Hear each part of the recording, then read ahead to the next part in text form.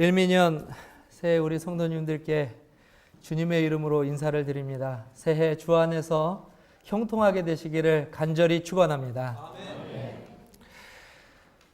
특별히 너무 감동적인 찬양이었습니다.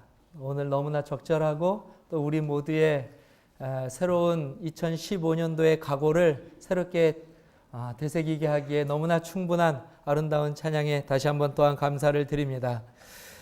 특별히 올해부터 오케스트라가 이렇게 함께 하였는데요. 정말 아름다운 하모니로 2015년도에는 우리 모든 성도님들이 이와 같이 아름다운 하나님께 열매를 또한 드리기를 간절히 소원합니다. 오늘 저는 을미년 무슨 해죠? 양의 해입니다. 우리 파워포인트가 나올 수 있을까요? 네. 을미년 양의 해만큼 제가 오늘 양과 관련되어서 조금 말씀을 준비해 보았습니다. 들어보니까 그냥 양의 해는 아니더라고요. 청량의 해라고 합니다. 청량의 해. 요즘 트렌드가 이렇게 자꾸 앞에다 색깔을 붙이는 게 이렇게 요즘 트렌드인 것 같아요. 그래서 호랑이도 그냥 호랑이가 아니고 뭐 백호랑이, 양도 푸른 양. 근데 양은 뭐니 해도 흰 양이 최고죠. 그래서 저는 청양 그러니까 느낌이 잘 안 오는 것 같아요. 양은 하얀색 양. 그래서 저에게는 청양보다는 올해를 제가 나름대로 지어본 것입니다. 한번 따라해 보겠습니다. 어린 양의 해.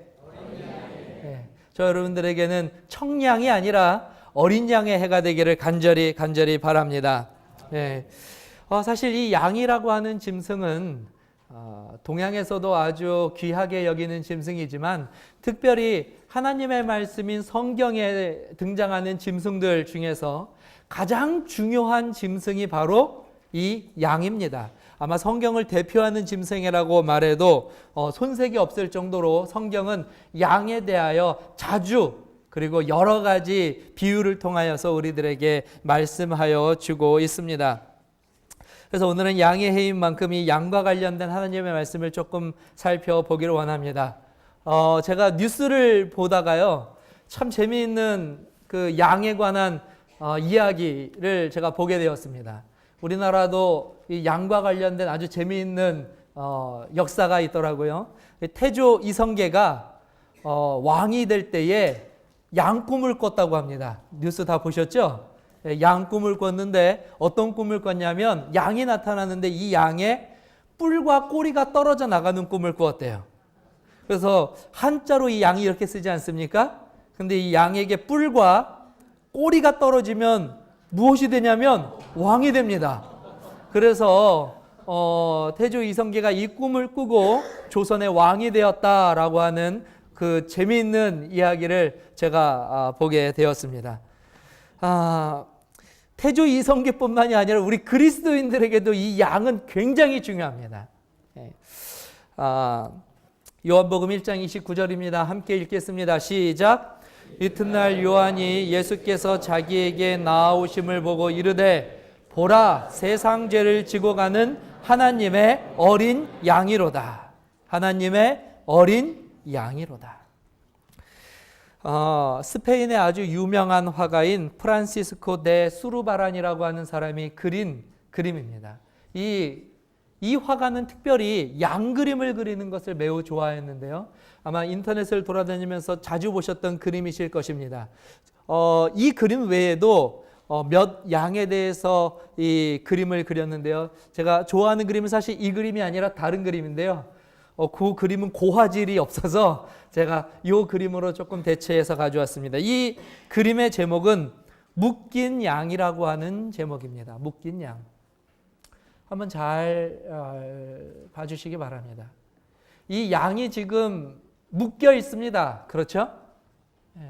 그리고 저 양이 놓여져 있는 곳은 다름 아닌 도살대 위입니다. 도살대 위에 묶여져 있는 저 양을 그린 화가는 저 양을 통하여 우리들에게 이야기하고자 하는 메시지를 분명히 담고 있습니다. 분명히 상황은 무척이나 절박하고 괴로운 상황임에도 불구하고 지금 이 양은 지금 어떤 모습을 하고 있습니까? 가장 순정적이고 가장 순결하며 그리고 어떠한 의미에서는 그 무엇인가 이 일을 통하여 이루고자 하는 승리의 확신마저도 보이는 모습을 우리가 볼 수 있습니다. 이미 우리 성도님들이 아시는 것처럼 이 양은 바로 예수 그리스도를 상징하기 위하여 그려진 그림입니다. 볼 때마다 정말 많은 것을 느끼게 하는 한편의 작품이 아닌가 생각합니다. 태조 이성계에게 양이 중요했던 것처럼 왜 우리들에게도 이 양이 중요하냐면 바로 이 양이 태조 이성계는 그가 왕이 되었지만 바로 이 양이 우리의 왕이 되시기 때문에 그렇습니다.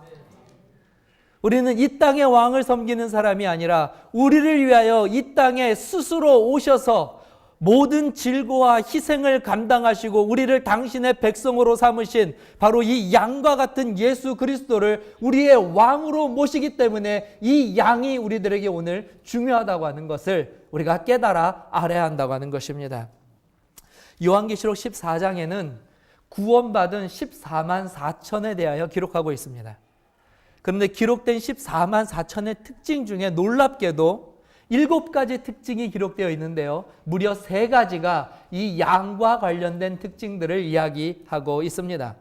구원받은 14만 4천인의 특징은 한번 읽겠습니다. 첫째, 시작.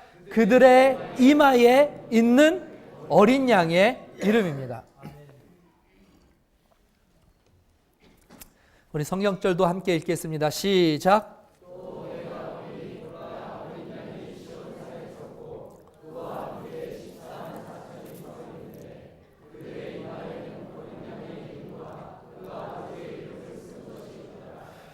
구원받은 자의 특징은 이 어린 양의 이름이 그의 이마에 써 있는 것입니다. 자, 우리 잠깐 옆 사람을 한번 봐주시기 바랍니다. 이름이 써 있습니까? 써 있지 않습니까? 써 있으십니까? 예. 거짓말 하시는 거 아니죠? 써 있죠? 벌거벗은 임금이 생각나는 거 왜일까요? 우리들의 이마에 그 이름이 써 있다고 하는 14만 4천의 구원받은 자의 이 표식은 실제로 우리들의 이마에 어린 양하고 써 있다는 것은 아닙니다. 그러면 무엇인가? 바로 어린 양이 되신 예수 그리스도와 하나님의 품성이 우리들의 삶을 통하여 나타난다고 하는 의미를 가지고 있습니다. 2015년도에는 저와 여러분들의 이마에 바로 그 어린 양의 이름이 새겨지게 되기를 그리고 지워지지 않게 되기를 주님의 이름으로 축복합니다.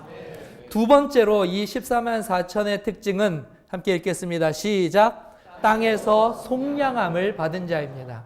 속량이라고 하는 것은 값을 주고 그 값을 대신 치러준 것을 말합니다. 함께 읽겠습니다. 시작.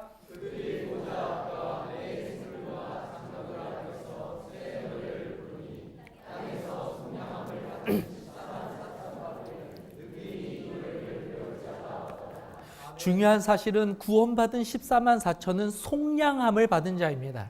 여기서 이 속량함은 바로 우리가 보았던 어린 양, 그가 도살대 위에서 묶여 있음에도 불구하고 발버둥치지 않고 침묵하면서 담담히 받아들였던 그 죽음, 그 십자가, 그 보혈, 바로 저와 여러분들을 위하여 흘려주신 바로 그 목숨의 값, 그것을 의미하는 것입니다. 사랑하는 성도 여러분, 2015년도에는 다른 그 어떤 것보다도 예수 그리스도의 이 공로를 끝까지 믿으심으로 저와 여러분들이 하나님께 받은 그 은혜를 충만히 받아 누리게 되시는 해가 되시기를 간절히 바랍니다.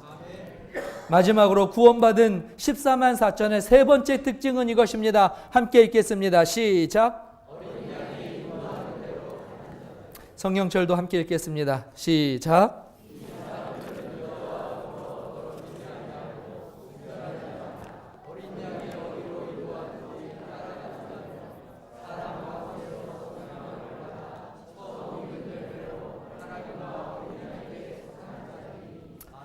마지막으로 14만 4천에게 즉 구원받은 무리에게 가장 필요한 세 번째 조건은 무엇이냐면 어린 양의 인도대로 가는 것입니다. 어린 양이 누구입니까? 어린 양. 함께 읽겠습니다. 시작. 어린 양이 그들의 목자가 되사 생명수 샘으로 인도하시고 하나님께서 그들의 눈에서 모든 눈물을 씻어 주실 것임이라. 보좌에 계신 어린 양, 그분은 바로 예수 그리스도이십니다. 즉 예수 그리스도가 저와 여러분들의 어린 양이며, 우리는 그 어린 양이 어디로 인도하든지 가는 그와 같은 믿음의 사람들이라고 하는 것을 이 시간 다시 한번 마음속에 깊이 새기시고 다시 한번 발견하게 되시기를 바랍니다. 그것이 바로 저와 여러분들의 모습이에요.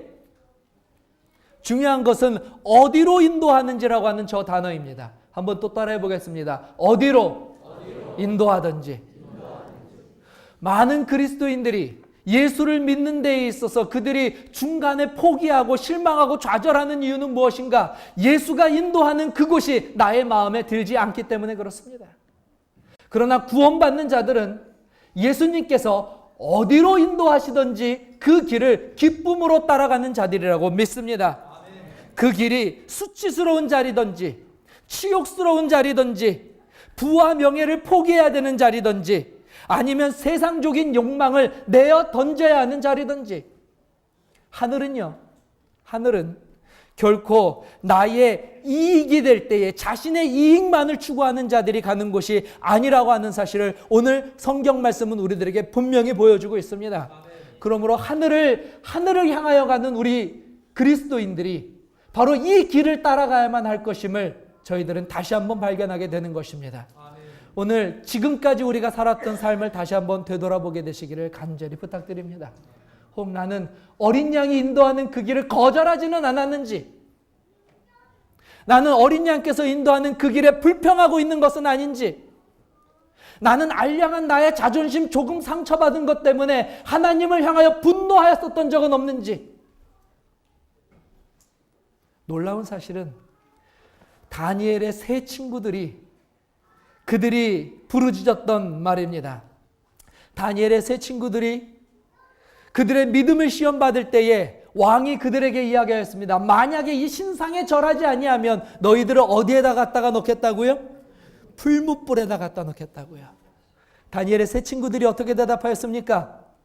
우리 하나님께서 나를 구원하여 주실 것이지만 그리 아니하실지라도, 그렇게 하지 아니하실지라도 나는 왕과 왕의 신상에게 절하지 아니하겠나이다. 그들은 어린 양이 인도하는 대로 걸어갔던 자들입니다. 그런데 걸어가 보니 어디예요? 걸어가 보니 저 푸른 초원입니까? 걸어갔더니 풀무불입니다. 모든 것을 태워버리는 고통의 장소예요. 그러나 어린 양이 거기에 있기에 그들은 그곳으로 걸어갔습니다. 그리고 놀라운 사실은 그들은 그 풀무불 안에서 예수 그리스도를 만났다고 하는 사실입니다. 우리가 생각하는 그곳에 예수가 있는 곳이 아니라 예수께서 인도하시는 그곳에 예수님이 있다고 하는 것을 우리들의 눈으로 발견하는 놀라운 성경의 기록입니다.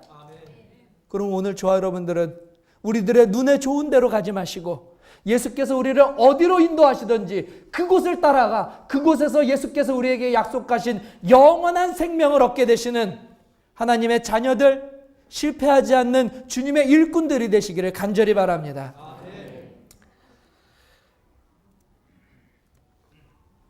다 아시는 내용이지만 의인이라고 하는 단어는 성경이 이야기하고 있는 가장 완성된 그리스도인의 모습입니다. 한번 따라해보세요. 의인.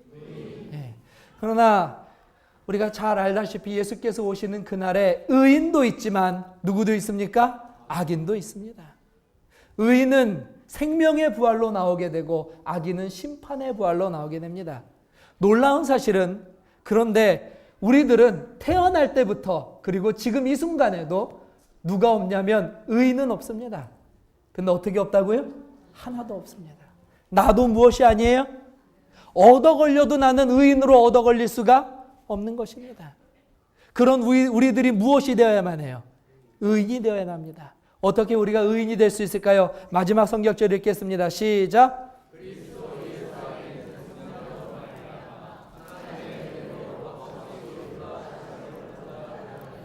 저와 여러분들이 의인이 되어야 구원을 받을 수 있는데 의인이 될 수 있는 유일한 방법은 예수 그리스도를, 그 어린 양을 우리들의 삶에 모시는 것입니다.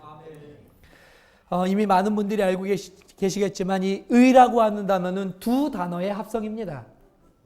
위에 있는 단어가 바로 양이라고 하는 단어이고요, 밑에 있는 단어가 바로 나라고 하는 단어입니다. 그래서 의롭다고 하는 이 의는 양과 내가 함께 있을 때에 비로소 완성되는 글자입니다.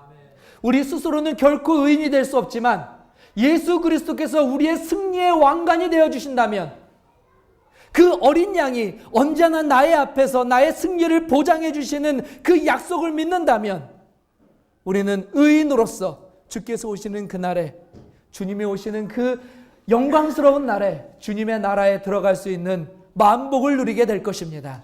그러므로 사랑하는 성도 여러분, 2015년은 청양이 되도록 노력하지 않게 되시기 바랍니다.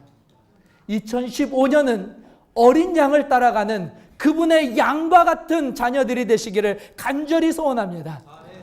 주 앞에 끝까지 순종하시고 끝까지 인내하시며 끝까지 믿음으로 이 길을 달려가 승리의 면류관을 얻게 되실 것을 믿고, 또한 간절히 소원하며 오늘의 말씀을 마치도록 하겠습니다.